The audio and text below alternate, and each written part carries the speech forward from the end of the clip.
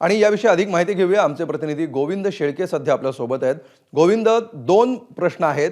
काल डॉक्टर वायबसे आणि त्याच्या बायकोची चौकशी झाली होती, या दोघांचा काय रोल होता, त्यातून पुढचे धागेदोरे सापडले का? आणि दुसरं म्हणजे सिद्धार्थ सोनवणेचा याच्यामध्ये काय रोल होता?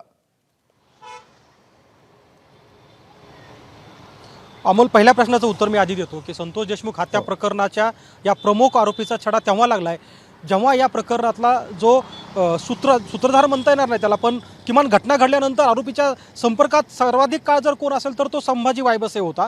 संभाजी वायबसे आणि त्याची बायको जी याच केसच्या कोर्टामध्ये सरकारी वकील म्हणून यापूर्वी काम पाहिलं होतं, ती निलंबित झाली, पण ती पेशानं वकील आहे।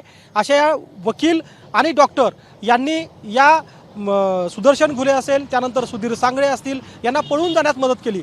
आता ती कुठल्या प्रकारची मदत होती, ती आर्थिक स्वरूपाची होती का इतर वस्तू स्वरूपातली होती अथवा कुठलं वाहन दिलं, याचा तपास पोलीस करतायत। आणि जवळपास काल SITने या संभाजी वायबसेला ताब्यात घेतलंय। त्याच्या बायकोलाची चौकशी सुरू आहे, अद्याप ती चौकशी सुरूच आहे, अद्याप त्याला कोर्टासमोर हजर केलेलं नाही आहे। मात्र याप्रमाणेच मसाजोगमधला जो सिद्धार्थ सोनवणे आहे त्याचाही तपास आहे की सिद्धार्थ सोनवणे हा तो व्यक्ती आहे ज्यानं या प्रकरणामधले संतोष देशमुख यांचा लोकेशन सांगितलं, यांचा पत्ता सांगितला। आणि एवढंच नाही तर तो अगदी 4 दिवस त्याच गावामध्ये होता। आपल्याला सगळ्याला माहिती आहे की पहिले 4 दिवस मसाजोगमध्ये मोठ्या प्रमाणात अधिकारी येत होते, राजकीय नेते येत होते, तरीही सिद्धार्थ सोनवणे हा मसाजोगमध्ये होता। तो संतोष देशमुख यांच्या संदर्भात जे काही आंदोलन झालं त्या आंदोलनात सहभागी होता। संतोष देशमुख यांच्यावरती अंत्यसंस्कार झाले त्याही वेळी हजर होता। मात्र त्यानंतर त्याला कानकून लागली की पोलीस कदाचित त्याच्यापर्यंत पोहोचू शकतात आणि त्यानंतर तो गायब झाला।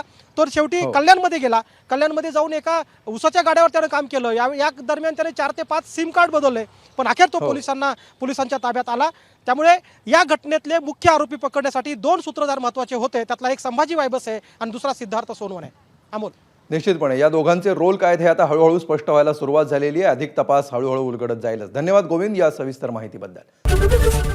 ABP माझा, उघडा डोळे बघा नीट।